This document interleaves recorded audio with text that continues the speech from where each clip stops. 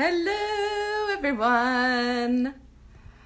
Oh my gosh. Well, we have a new president of the United States and a new Madam Vice President of the United States. We also had this amazing live class scheduled for today, so we're going to go ahead and do it. And I'm going to find Viv. There she is, and invite her on. Let's see. It says connecting in. Yay! Hi, how are you? Good, good. Oh my gosh, I'm glad the internet still works so that everybody posting right now. I know such an emotional week and morning and everything. It's I been a know. lot. I'm kind of happy we're like get to all be together to celebrate right now, even though it's like we're coming together to move our bodies and all things which are also very important. But let's just take a communal woo! Woo! Such great news. What a big moment. Yes. I know, making history. Herstory, baby. We got this. Yeah, so it's great to be gathering with you today. So just so everyone who's coming in knows, I'd like to formally introduce you to the amazing Vivian Duan. And she is an integrative health practitioner. She's also a yoga for scoliosis teacher. She's a physical therapist. She has so many different titles. And she's also the creator of the amazing SCOLIOFITNESS program, which we're going to get a little bit of a taste of today. And I'm going to let you kind of take it away, Vivian, of just talking a little bit about your own story with scoliosis, how SCOLIOFITNESS kind of came about. And anybody who's coming in live right now that wants to join in for the class that we're going to do in a little bit, you want to go ahead and get yourselves a mat, a yoga strap if you have one. If not, you can use a scarf or anything like that, Vivian. Yeah. Yeah, anything you can. A belt, a tie, anything. Belt, tie, any of the things. And then also a yoga block if you have it, or a pillow would also work. So just giving you some time as we're hearing Vivian's amazing story and to gather all your things. And then after our little mini class, we're going to do a brief Q&A at the end. So if you're joining live and you have any questions about scoliosis, about fitness in general, I know Vivian is kind of an expert in just wellness and nutrition and traditional Chinese medicine, Ayurveda. She's such a wealth of knowledge. So if you have any questions that you want to pick her brain about, you can type them right into the chat. And yeah, I'll let you take it away, my dear, and tell us who you are, where you're from, and how you kind of came to SCOLIOFITNESS. Awesome. Yeah, thank you so much for having me. I'm really glad that we connected through Paige Fraser's Spine series, and we were able to connect that way, which is really great. Yeah, amazing. Yours was so great. Oh, thank you. Yeah. So I guess my journey with scoliosis began when I was 10. So that was when I was first diagnosed with scoliosis. And similar to a lot of people's stories, it was first detected by my school nurse during PE class. Yep. And yeah, so, and especially, I don't think they're actually checking anymore, but I hope that they still do. But I think hopefully parents are a little bit more aware now, though, which is good. Yeah. So when I was first diagnosed, I had a minor curve, and I was told to wait and see, which at the time, it just felt really disempowering, because you're told when you're in this awkward stage where your body is transitioning and changing, but you're told you have a spinal deformity, and then there's nothing I could do about it. Right. So it's like, okay, well, so yep, I think that's just the hand you've gotten dealt, and you can't do anything about it, and now just deal with it, and that's it. Yeah. Yeah, it was almost like, let's just wait till it gets worse, so then we'll do something, which is, right. I felt like it was very strange. So it kind of began my lifelong fascination with the human body and the way it works. But since no one in my family has had it, or we didn't really know what it was kind of just like not talked about, and it's kind of like in denial about it, right? So then you would wear your hair long, you cover your curve, you kind of go along with everything. Then fast forward like 15 years, and then I did a yoga teacher training. And before this, I had always been like a fitness junkie anyway, like going to a bunch of different classes and stuff, but I would just always do everything, and I wouldn't really, when the instructor's like, does anyone have an injury? You don't really raise your hand and volunteer this information all the time. Right. So I did my yoga teacher training, and that's when I noticed that my rib hump in front was actually a lot more noticeable. So, and then I was noticing more of that rotation of the spine, and that is more talked about now, but before it wasn't as much because it was only the lateral curve of the spine, right? But it is such a 3D thing. So with that, I went further and I did yoga for scoliosis. So I know you did as well with like Elise Miller. Yes, yes, we love Elise. Yeah. The scoliosis, yoga mama. Seriously, I know she's trained so many people, which is great. So then, and then with that, I kind of want to continue the training just because I've always been interested in, I used to teach bar method and TRX and personal trainer as well. So kind of wanted to add in more for the scoliosis and also be able to bridge the gap between fitness and the medical side, because I think there's such a disconnect between what the doctors are telling you versus what trainers understand. Because a lot of people, there's a very small group of people that really know how to work with it. So then I went and did my training in physical therapy. So then with all of that came the birth of SCOLIOFITNESS, to kind of combine all the pieces of it, to create a program so that to help empower all of us with scoliosis to better understand our bodies and our curves. And I want to show that just because you have scoliosis doesn't mean you only can do one thing, or that you can only swim, or you can only do aquatherapy. You can still do all the things. It's a matter of just doing it for your body.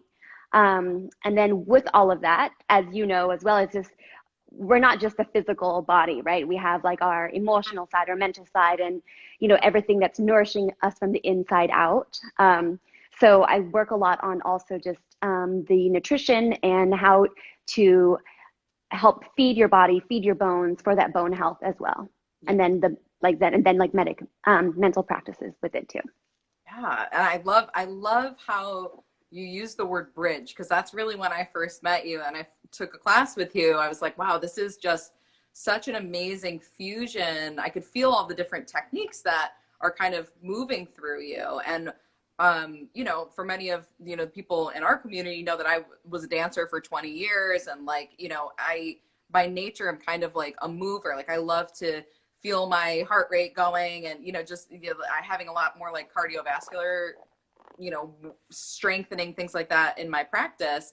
And with yoga for scoliosis, there of course is strengthening, but that being able to like go and take a bar class or go and take a kickboxing class or go taking a dance class, it always felt like to me that I would always have to come home and get my traction or do my derotation and do something to kind of almost like undo what I had done in my dance class, undo what I had done in my fitness class. So when I took your class, it was probably the first time that I was able to do more like fitness like things, like doing planks or doing squats or learning how to do like the bird dog, stuff like that, in a way that was tailored to my scoliosis. And I also think that what I found was really empowering about your class is that even if you don't have scoliosis, you just are such a smart teacher that as you're giving different variations, I can think of a million people in my mind who maybe have stopped working out or stopped being active because of an injury, and I just feel like they would be so safe in your class. So it's really beautiful to see you kind of melding all of these things together, and your body is kind of the best guinea pig there is. That's kind of how I feel too. I'm like, I take myself to classes first before I recommend them to people, because I know that if my back hurts at the end of it, it's not going to, it doesn't take much to throw me out of alignment. The wind blows the wrong way and I'm, back in my curve. So, I think it was really wonderful. And I just need to pause us for 1 second. Viv, I don't know if do you have a clock near you? Because I ran up here and I didn't bring my watch because I was in a Kamala Harris coma. I don't. I don't even know if there's like a but I have my computer and I can always check on the time. Okay, right, cool. Yeah, just if you have it near you, because I know that was my job. I was a bad partner today. I'm sorry. No worries. We still have some time, so no worries. We still have time for a little mini session. Okay, cool, great. Yeah, just want to make sure that we get time for all of your good teaching and also the Q&A too. So thank you for for taking the timekeeper duty from me. Just remind me though to Yeah, keep checking. definitely. Yeah, we've just got to stay under so that we can post it for anybody who's watching later in the day, that we can give them access to the sequence and all that good stuff too. So really good. Yeah. So my next question is, I know that you have done your yoga for scoliosis training and you've done your physical therapy. You did the Schroth training? No, I didn't do the Schroth training. I've done it personally for my scoliosis, Right.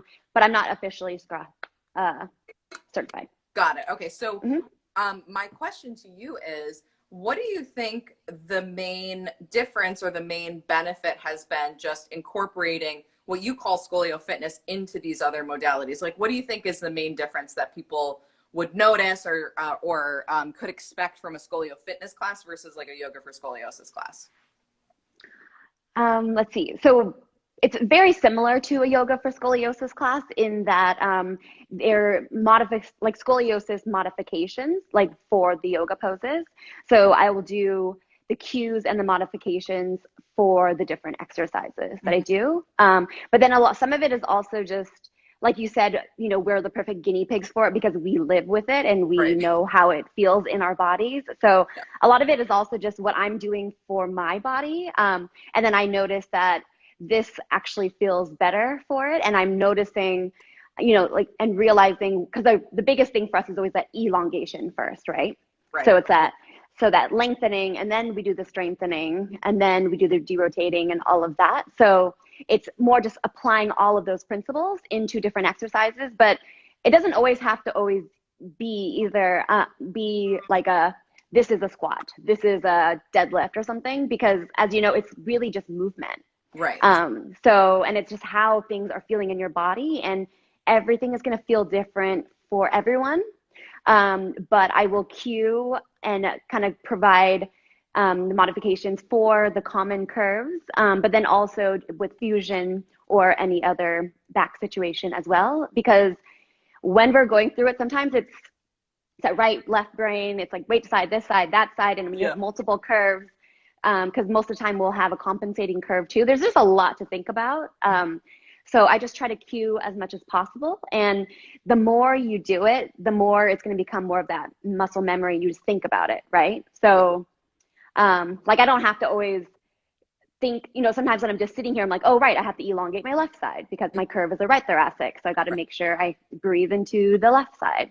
So I think and once you go through, like, say, one class, you're going to hear something differently, right? But then the next time you take the same class, you're going to pick up on something else, or it's going to trigger something in your body that you're going to feel it a little bit differently. No, and I think for one of the things that I really, really loved that your class actually gave me a different perspective on was you actually incorporate a lot of like resistance into how you teach.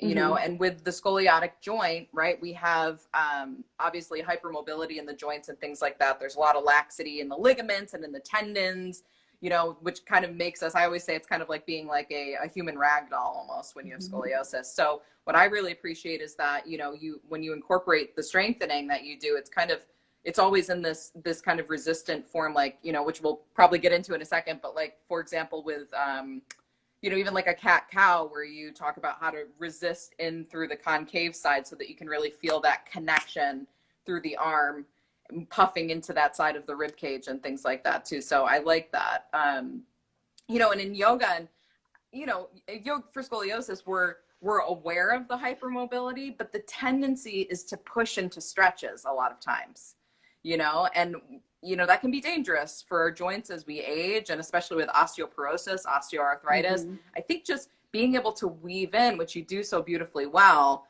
some of that resistance work with the yoga for scoliosis, they just complement each other so beautifully.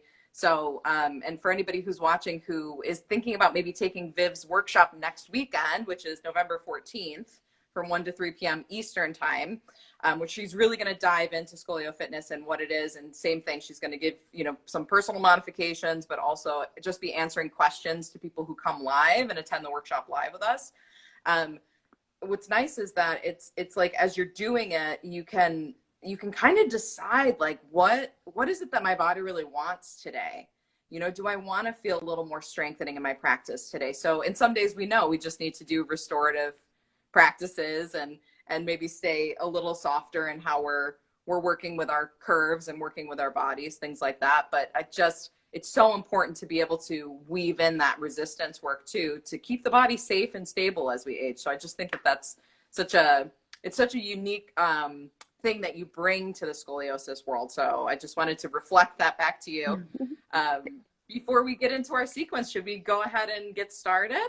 Yeah, definitely. Yeah, thank you for that. And also, I think I wanted to add on to that real quick. Is just for all of us, whether it's your body or just anything you do, we always go the path of least resistance, right? So we're like, for scoliosis, we're a little more a lot of times we're more hypermobile. So that's why we do kind of veer towards yoga, right? Or dance, or like certain things. Or even when we're breathing, because of our curve, we're going to always breathe into one side more, because that's just going to be a little easier for us. So what we're going to do is if something is a little harder for you, it kind of means you might need to work on it, right? But then at the same time, you have to gauge in your body how it feels, because there's a difference between something that's hard and that you need to work on versus pain. So it's just kind of like not pushing too far into a pose and sitting there for too long if it's like it's gonna be detrimental later, versus kind of noticing, wait, it's just a little stiff there or something that you need to work in.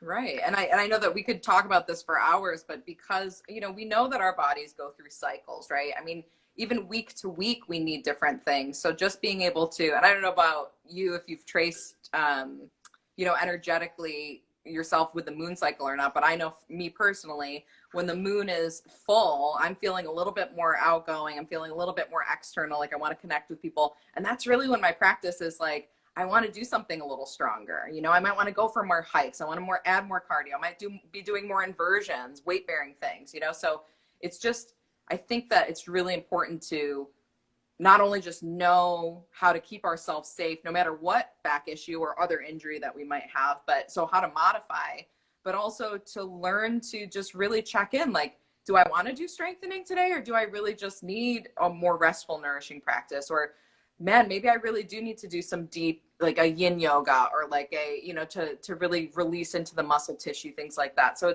it's that kind of ever changing, we contain all these different facets within our practice. And I think that, being aware of the changes that go on and the cycles that we go through can really help bring us into a more holistic way of relating to our bodies. Right. Mm-hmm.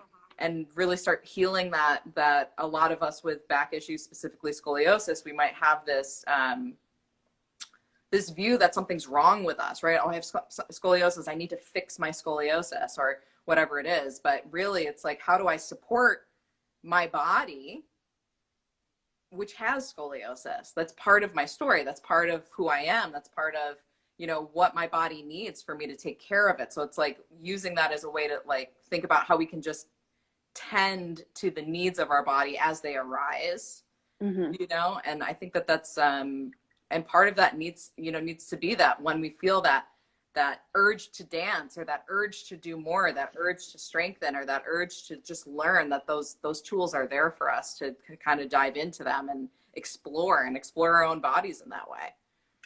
Yeah, for sure. And I think just the more you're diving in and understanding your body, then the more empowered you're going to feel, right?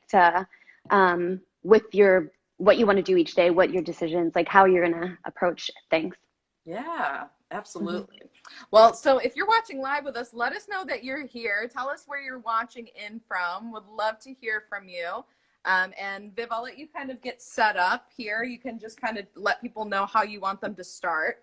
All right. And again, if you're just tuning in now, you can get yourself out your yoga mat. If you have a belt, a scarf, a yoga strap, whatever you might have, And then also a yoga block or a pillow, whichever one you kind of have by. But Viv's really good at kind of modifying with whatever you have. So just get ready to move a little bit. Yeah. And Viv, I'll let you take it away. I'm going to see if I think I might have like a little secret clock stashed in the back somewhere. So I'm just going to go and get that so you can just do your class. Okay. Okay, perfect. Yeah, we're like 20 minutes in. So, Cool. Yeah, and the props are not mandatory. They're just going to help a little bit at the beginning. But also, since this is just a mini sequence, I'm just giving you a little glimpse and taste of how this is all going to go. All right, so I just want you to find a seat. So if you can, sit onto your mat. And I always like to sit. So the block is more just a prop for us to sit on. So if you want to sit on your block or sit on your pillow, or if you can't get on the floor right now, no worries. You can stay seated in your chair. But the biggest thing is I just want to make sure that you have your knees lower than your hips, okay? So when you are in a seated position with your knees slightly below your hips, you're going to feel a little bit more upright, right? So you're going to notice that you kind of get onto those sit bones. And if you're on the floor, just place one foot in front of the other. I'm just in an easy sit position. And if you notice, so if you place your hands onto your hips and you just kind of notice if one hip is more forward than the other, and that could be because if you have a lumbar curve or whatnot, then I want you to actually put the other foot in front to kind of help even out your hips to start. Okay? So from here, just close your eyes and place one hand over your chest and one hand on your belly. And I just want you to breathe.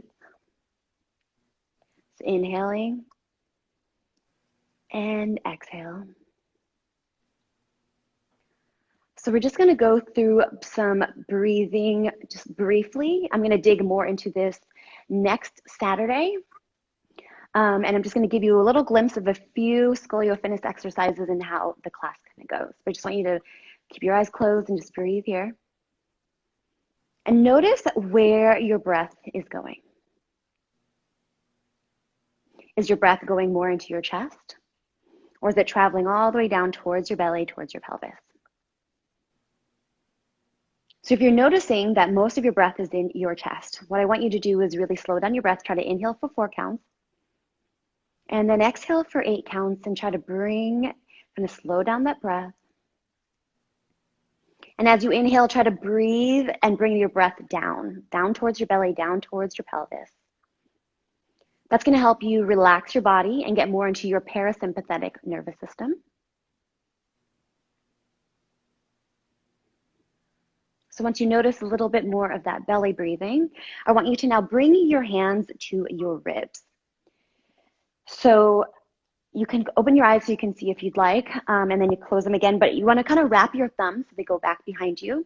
And your top 2 fingers go on your bottom ribs, and then bottom 2 fingers right below that. Close your eyes again and just inhale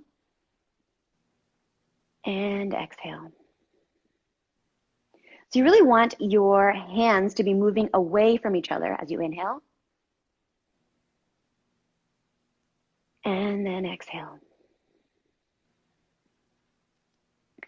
So the idea here is to get into a 360 diaphragmatic breathing, because we really want to breathe to the sides, to the front, to the back. We're going to use all of that. And in next week's workshop, I'm going to go more into the specific breathing for scoliosis, where you breathe into your concave side, which some of you may already be familiar with.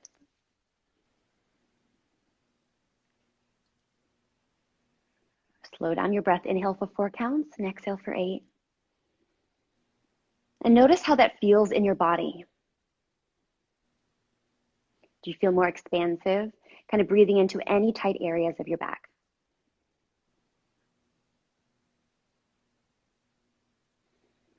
Now you could keep your eyes closed if you'd like, and now just place your hands onto your lap, onto your thighs. And from here, I'm just gonna have you roll your shoulders a few times. Back. And then forward a few times. Forward always feels a little awkward for me. And then back again. So we're gonna now put a little bit of movement into with that breath. So with your hands on your thighs, I want you to inhale and kind of lift your chest, tilt your pelvis forward slightly so you're in an anterior pelvic tilt, and then exhale round your back. So we're kind of in a seated cat-cow. So I'm going to turn to the side so you can kind of see.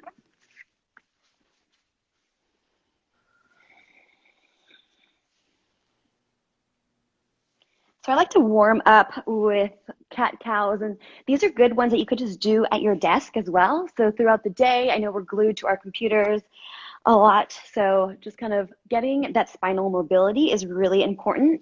And even if you can't get onto the floor, there's still things that you can do. Now we're going to keep adding on to that. So if you have your strap, your belt, your tie, whatever you have, so I want you to grab that and bring your hands out a little bit wider than shoulder width apart. Now from here, as you inhale, I want you to bring your strap towards you, and then exhale, push it forward. So as you're moving the strap and moving with your breath, I also want you to kind of feel like you're pulling the strap apart. So you're still kind of keeping some tension in there. And you'll notice that this will feel a little bit different. I like using the strap. So this kind of helps to start activating those back muscles and waking them up. I'm going to turn to the side again so you guys can see me. So inhale, pull the strap towards you, and then exhale, push it away as you round your back.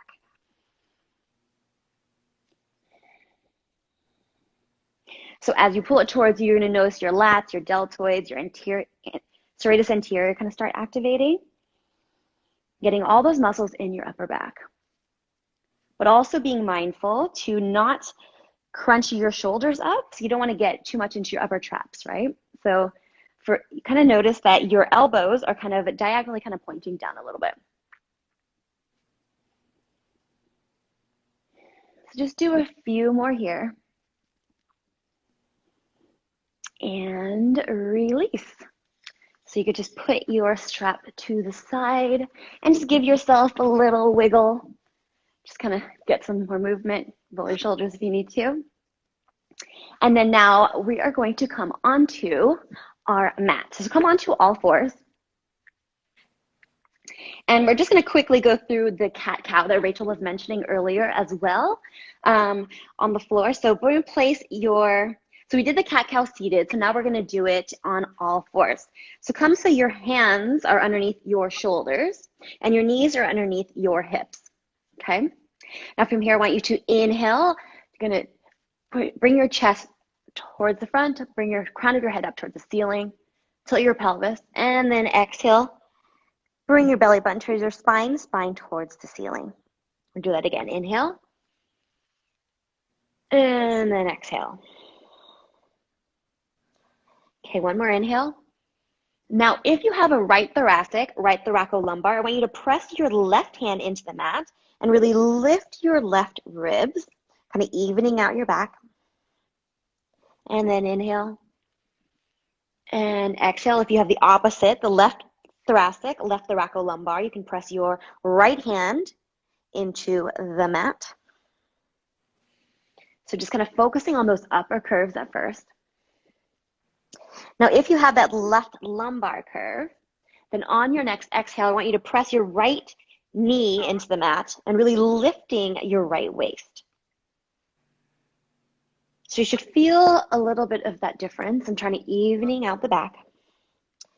And go at your own pace, inhaling, and then exhale. And if you have a spinal fusion or that's a little bit harder for you, you can also keep on all fours.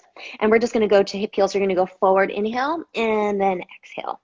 Keeping a neutral spine, but you're still kind of warming up the body. And this one's great because you already feel like you're activating that core. So as you can move forward, you're kind of getting a good stretch in your wrist, and you're getting a stretch in your armpits, underneath your armpits. And now come back to center. You can kind of roll your wrist out a little bit if you need to, because we're going to be on our wrist just a little bit longer. Come onto all fours again. And now we're going to I want you in neutral spine. So just keep your gaze kind of between your fingers, but a couple inches in front. So your neck is long, right? So everything is long from the crown of your head down towards your tailbone.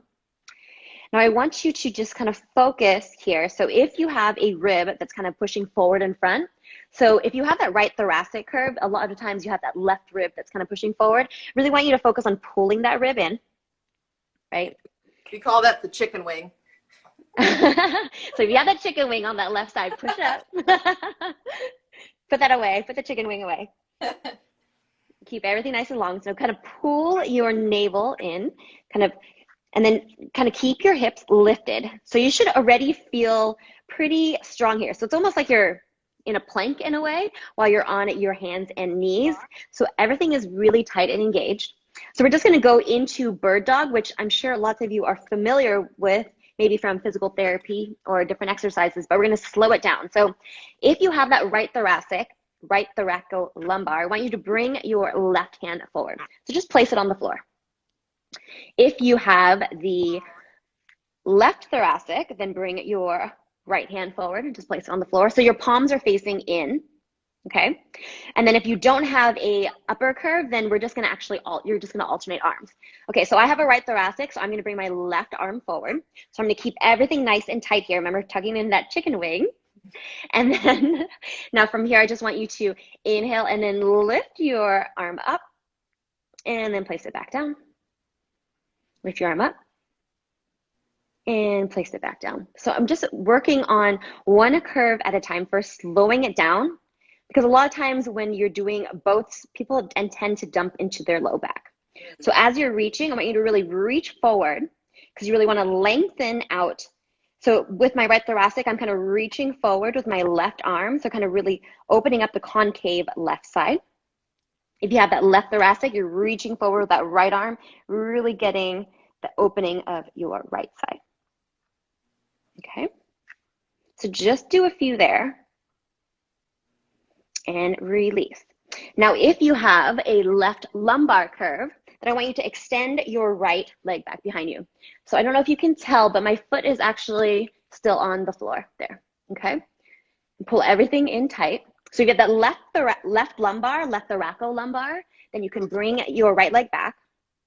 If you have a right thoracic or right thoracolumbar, bring your left leg back.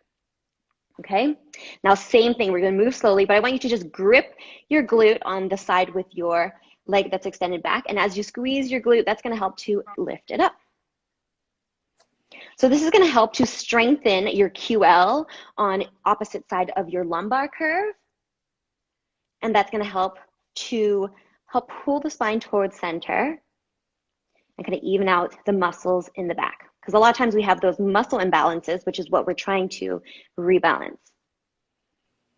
Now, if you have the right thoracic, left lumbar, this one's great for you because you're going to can work both at the same time. So then if you have the right thoracic, left lumbar, extend your left arm out, right leg back, and then you can lift both at the same time.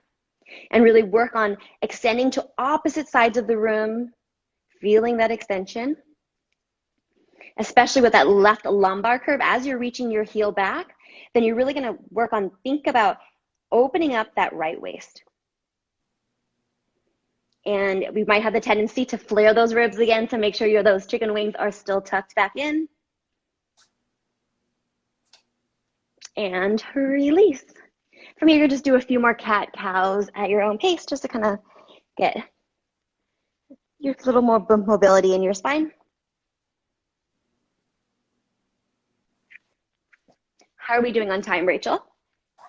Time is still not happening on my end, so you might have to do a check for me. Sorry, I would have interrupted you. Oh, no worries. I think we're still good. Okay, so now I want you to just kind of come back, and we're just going to do a quick toe sit. So just sit onto your heels. And this is going to be great to kind of stretch out the muscles in your feet. So that's really great, especially if we're walking a lot as well. And we're just so used to being in shoes. So I'm a big fan of going barefoot as much as possible because we want to work on those muscles of our feet, especially because for scoliosis, a lot of times we might have some pronation of the feet. That's when you're kind of moving, you collapsed arches. And that plays into how our hips are, how our back is. Everything goes together, okay? So from here, I'm going to have you stand up. I'm not sure if you're going to be able to see me. We're just going to do a few squats. I'm getting into those glutes. But I'm going to I like to call these a scoli sit, right? So it's going to be a little bit different than a normal squat, but I'm going to have you place your feet. So they're just a little bit wider than hip width apart. And kind of your feet just kind of naturally, your toes kind of come to the side. So from here, I'm going to have you bend your knees, push your hips back, and then come back up. So your glutes are gripped really tight at the top, right? And then bend your knees, shift your hips back, keep your spine neutral the entire time, and then squeeze your glutes on the way up. So I'm not going into a full squat necessarily, but I want you to keep your knees bent, shift your hips back, hinging from your hips so your spine is neutral the entire time, and then squeeze up. So the glutes are super important, especially because we are sitting so much and we are not activating our glutes the way that we should be. And that is so necessary for our balance, for our posture, and then that's going to help protect our backs as well. Okay, so keep your knees bent, shift your hips back so your spine is neutral the entire time, and then go up. So there's different variations of this, but I just want you to, as you're doing it, your knee is kind of just going, if it goes forward, it's just kind of going forward over your second and third toe. But since you're mostly just putting a slight bend in your knees and shifting your hips back, your knees aren't really tracking forward that much. How's that feeling, Rachel? Really good. You're like the only person in the world who can get me to do squats. So awesome. All right, so now if you're at the back of your mat, if you want, you can add on to this where you're gonna bend your knees and then push your hips back. And then if you're on the floor, then we can do some walkouts into plank and then come back. And then as you come back up, same thing, keep your back neutral and squeeze your glutes on the way up. Right. So this is optional, you don't have to do it, but if you want to add on a little bit more and squeeze up. And sometimes people don't feel the squat, your glute. If you don't feel your glutes in the squats, what you want to do is really squeeze at the top and then bend your knees, shift your hips back. That's going to help so you're getting the pressure off your quads. And then place your hands on the floor, walk it out into plank, hold here, and then come back. And then squeeze on the way up. Yeah, I love the focus of taking the hips back in the squat too, because a lot of times when people do regular squats, it's like they crunch in this lower back area, right? So if the focus comes in, everybody who's watching this has probably done like kitchen sink pose with us. So you could think, you know, like that. So you're actually getting longer in the squat, which I love, Viv. That's really great. Mm-hmm. Yeah, so it's almost like, so I kind of like to call it like a scoli sit in a way. So it's kind of just bending the knees and kind of imagine you're just sitting back. And then you should really feel your glutes activated that way. Yeah, that's really great. Awesome. It doesn't feel crunchy at all on my back when I do it like that. Good. Yeah, so your back should be really long. Awesome form, Rachel. Yeah. All right. And then from here, I just want you to walk out. This will be the only one. And then we're just going to come onto the floor, onto our belly. Can you guys see me? It's like hard since it's a split screen. So I know. I just keep scrolling to see if people have questions. If anybody wants to write in questions for Viv to answer in a little bit, you can put them right in the comment section. Okay, so now if you've seen on my Instagram, I love planking. And I have this in my videos, and I did a plank challenge a couple weeks ago, but we're going to go through just a few. Okay, so you're laying on your belly. Come onto your forearms. Okay, so your elbows are underneath your shoulders. Your forearms are in like an 11, so your palms kind of facing in towards each other. Now from here, I just want you to kind of first just press your forearms into the mat, kind of extend through the crown of your head to Sphinx Pose. So you're just going to really feel the elongation in your spine. Okay, now press into the mat and you're going to go into a protraction with the shoulders. So you're really pressing and bring your shoulder blades away from your spine. Okay, so that's just kind of like opening up, so kind of broadening the shoulders a little bit, but you're not really curving, like putting too much of a hump in the back though. Okay, so from there, I want you to tuck the ribs in, peel your hips off the mat, And you could just stay on your knees here and grip your glutes really tight and just hold and breathe. Gaze between your hands. So I know this looks pretty basic, right? But this always gets me shaking right away. Definitely not basic. This is hard. So I love getting into plank this way because a lot of times when you go into a class or something, they just say, okay, get into your forearms on your toes, and people just dump right into your back, right? And we don't want that. Right. So then come back down, get into a quick Sphinx pose to kind of stretch out those abdominals again. Let's do that a few more times since we're all together. So same thing, bring your shoulder blades away from each other, kind of protracting, tuck those ribs in.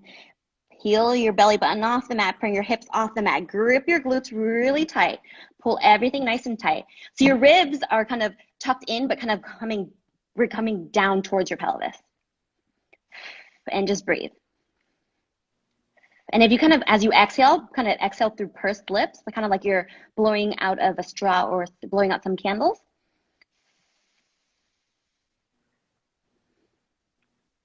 And then release, come back down.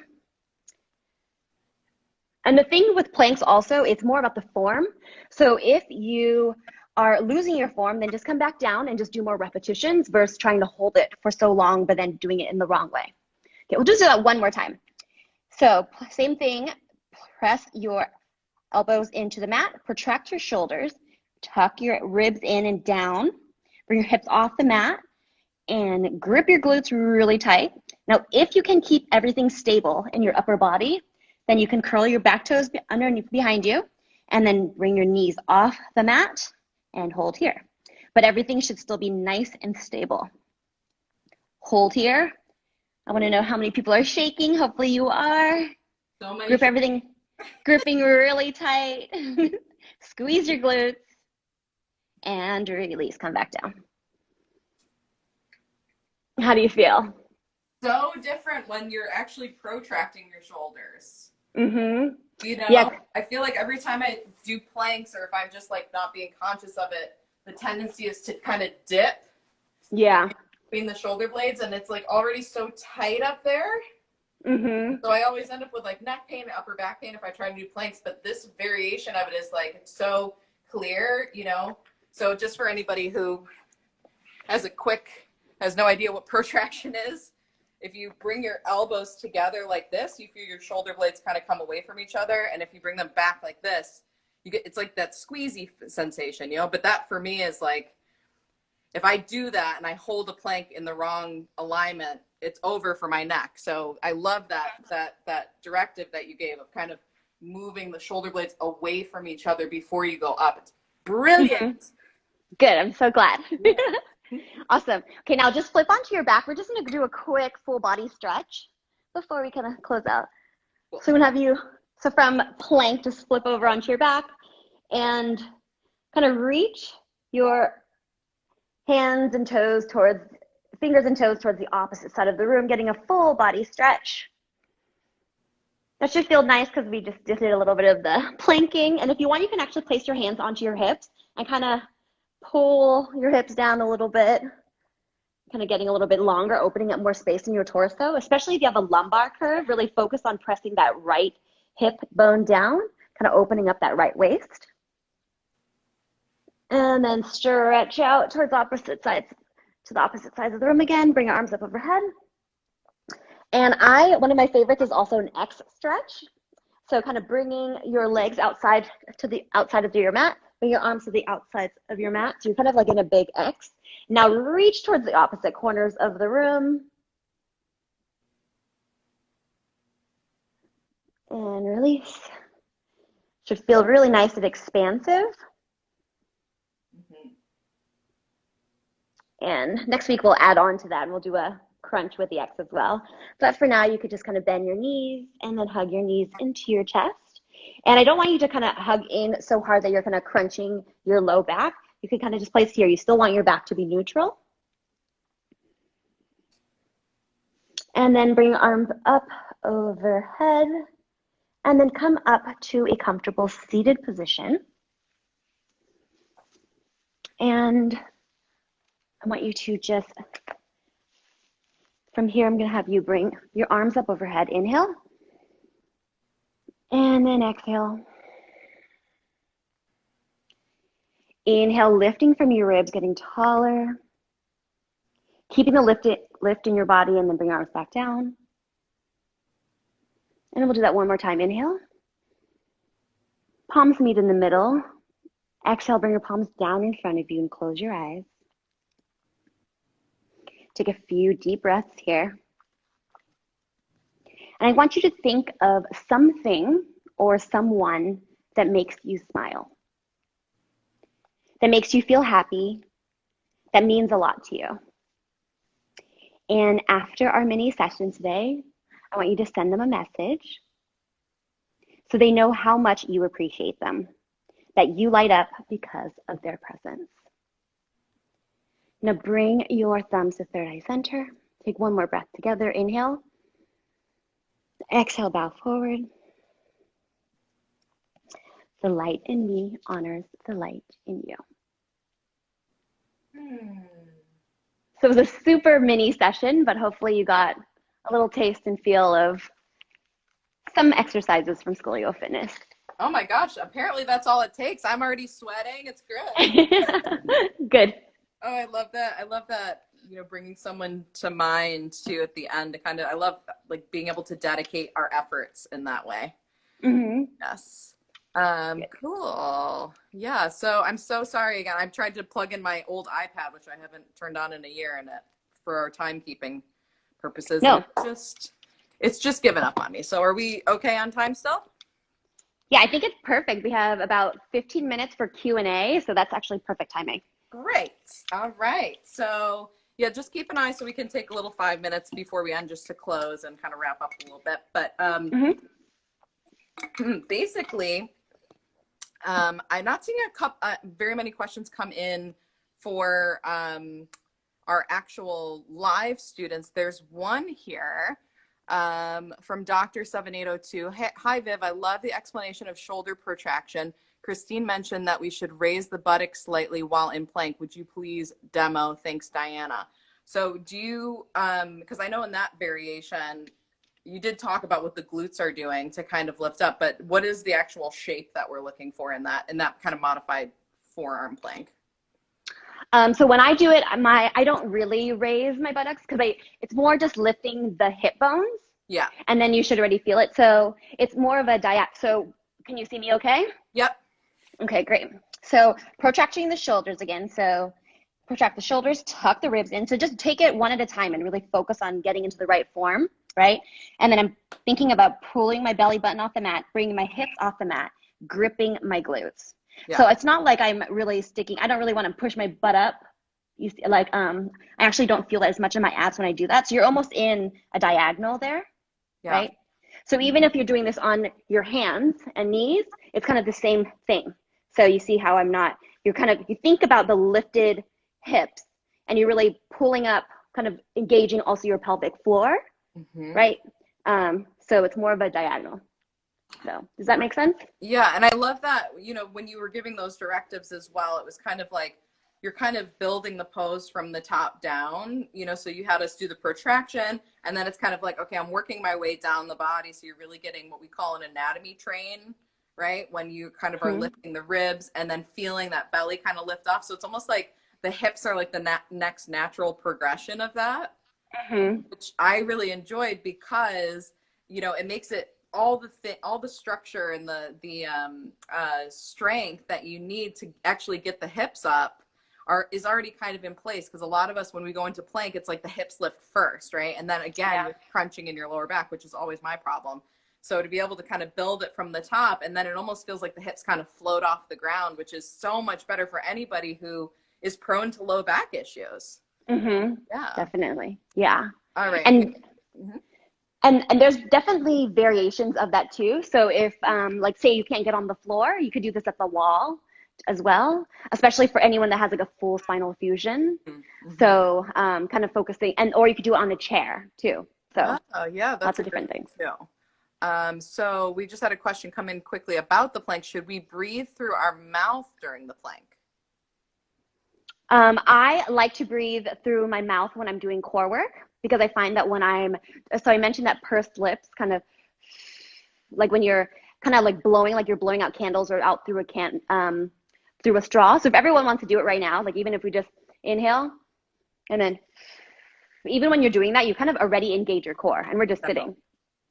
Definitely. I know I used to have a body worker who would actually give us balloons to work with to make sure that we were, you know, activating the really deep transverse abdominis, like the, you know, the intrinsic muscles of the core. And so, yeah, I love that during core work, you kind of think about breathing differently, because in yoga, we usually just breathe in and out through our nose all the time. So core work to be able to activate that. That's great. And then we have a question coming in from Cake is for Winners. Yes. I want cake. Yes, cake is good. Hello, do you usually see difficulty protracting the shoulders with spinal fusion? I feel it's difficult to expand around the rib cage or protract the shoulders.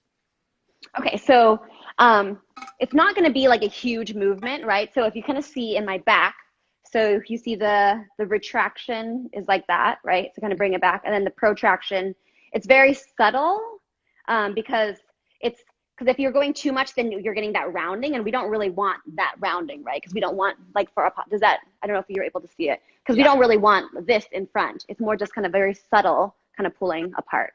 Yeah. So, and you're also doing it with your arms too, you know, which is, you know, I know that with fusion, because of how fusions usually heal, the muscles specifically around the fusion, around the scar, get super tight because there's so much scar tissue there. So being able to do things like, you know, this kind of gentle protraction, or even how Viv just demonstrated it, right? Without any weight on her shoulders. It's a great way to gain mobility in your upper back before even putting weight on it. It's just finding this range of motion. Can you actually feel the difference between protraction and retraction in your shoulders? Because, you know, with fusion, it's also about rebuilding those nerve pathways too, right? So we need to be able to, you know, sense into, like, what are my shoulders even actually doing, which can be so, you know, it's like going to outer space for a lot of us with scoliosis, because we're not sure what's happening half of the time in our back. So I love that demo that you just did too, of just feeling that, because you can even feel the muscles working when you don't have weight on them too. Yeah.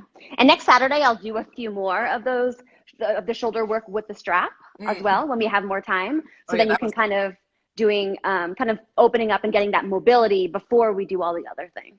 Right. Yeah. So anybody who's just coming in with us now, Viv is going into her SCOLIOFITNESS workshop next Saturday from 1 to 3. And again, if you don't have scoliosis, you're welcome to come and just learn different modifications and how to keep your back safe during fitness in general. But she will be doing actual scoliosis specific adjustments and modifications for people. And we have our early bird special going on. So you get a nice discount if you sign up by Monday, November 9th, which is this upcoming Monday.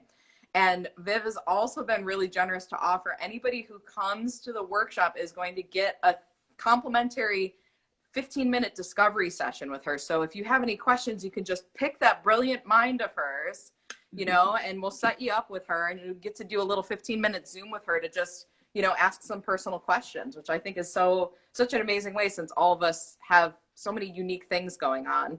And remember, if you are just joining us now too, she also is an integrative health practitioner. So that means if you have questions about just general, not only fitness, but nutrition, how to take care of your body from the inside out, all of those things, she can help guide you in that. So come next Saturday. Yeah, I would love to see all of you, because we get to see each other. Yeah, exactly. All right, so we've got another question coming in. Can someone with scoliosis and kyphosis and partial fusion still do this class and benefit? Yes, definitely. So I will, like, as Rachel said, I'll include a lot of the cues and the modifications. So the biggest thing is just listen to your body as we're going through them. So I will explain different things that we will all be doing. So just kind of take it slowly, listen to your body, and then see what is going to feel good. But like today, I kind of included cues for the common curves and then also fusion. So kind of like what we did in the cat-cow and the hip-heel. So we'll see different things like that. Yeah. And, you know, and Viv's also going to be joining our private associate teacher team too. So if you have a variety of different issues going on in your back, sometimes starting with a private session is really, really great. The class, it sounds like this is kind of like an intro to SCOLIOFITNESS. Is that right? So yeah, it'll be safe for people who've like maybe never worked with you before to come. So, okay. Yeah. You'll kind of get a taste. I mean, this was like a little mini taste of it, Yeah, but you'll I get a little bit more. Just because depending on the session and depending on what kind of fitness modality you like, then sometimes I teach ones that are more yoga focused, sometimes they're more Pilates focused, sometimes they're more strengthening. It kind of just depends because you don't want to, because then that variety is important because yeah. you want to keep challenging your body, but you also don't want to hop around too much that you're not seeing progress. So it's that fine balance.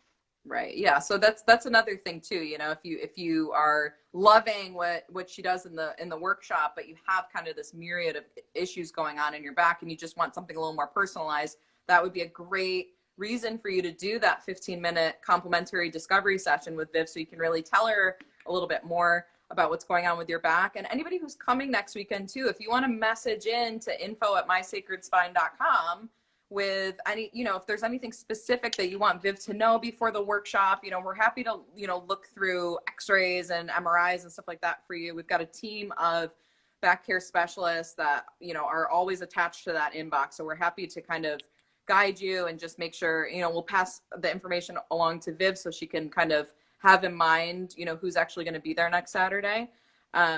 Yeah, and then Cake is for one who says, thanks so much for the in-depth answer. Will either of you be teaching in person? Oh, in person, I don't know. I wish. We're like the online yoga crew right now. I know.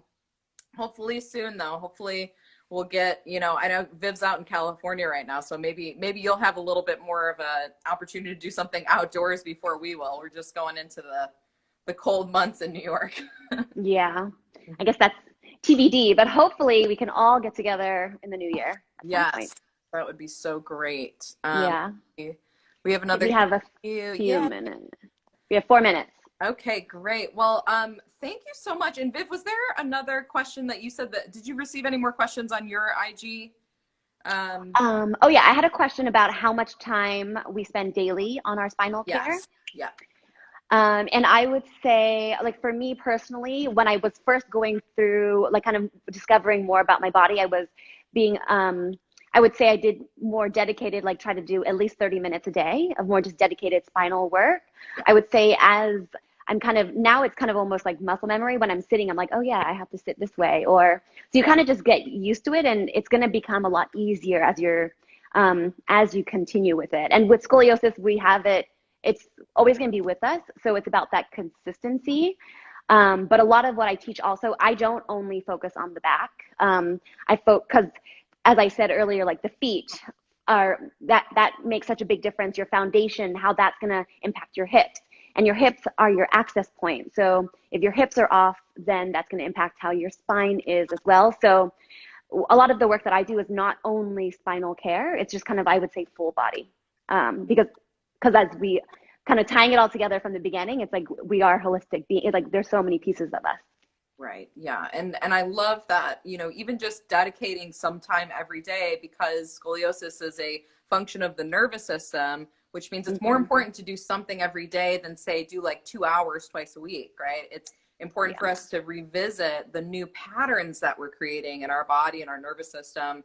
And by doing that, just like Viv was saying, it kind of like leaks out into the rest of your life. Like, what arm am I always reaching with when I go into my cupboards? Or how am I bending down to pick my kids up? Or how am I sitting at my desk? You know, so that consistency is so key. So at least something every day, I think, is a great answer. Yeah. Yeah. Well, we're going to give you guys all so much love. Thank you for joining us live. Or if you're watching the replay later, just write replay down in the comments so we know that you saw it.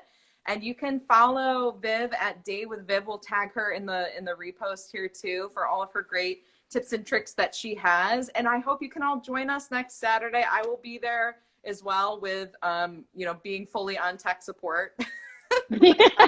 You have to. I know that's my job. I'm going to be better. I'm in my post-election coma right now, I think. Yeah. Yeah. So thank you so much, Viv, for joining us and giving us a taste of all your wonderful program that you have. And yeah, anything else you want to say to close out today? No, thank you so much for the opportunity introducing me to your community. I'm super excited about next week. And In my IGTV, I have a planking video. So everyone go Oh, practice that before we go into sessions next week. yes, yes, Yeah. very good. Yeah, do the plank. She's gonna fire your cores up, people. I'm ready for it. I hope you are too. It'll be fun. All right, my dear. I will see you soon. It was such a pleasure getting to spend time with you, and let's go and celebrate. Yeah, thank you so much. Have a good day. Celebrate, everyone. Have a good weekend. Yay! Bye. Bye.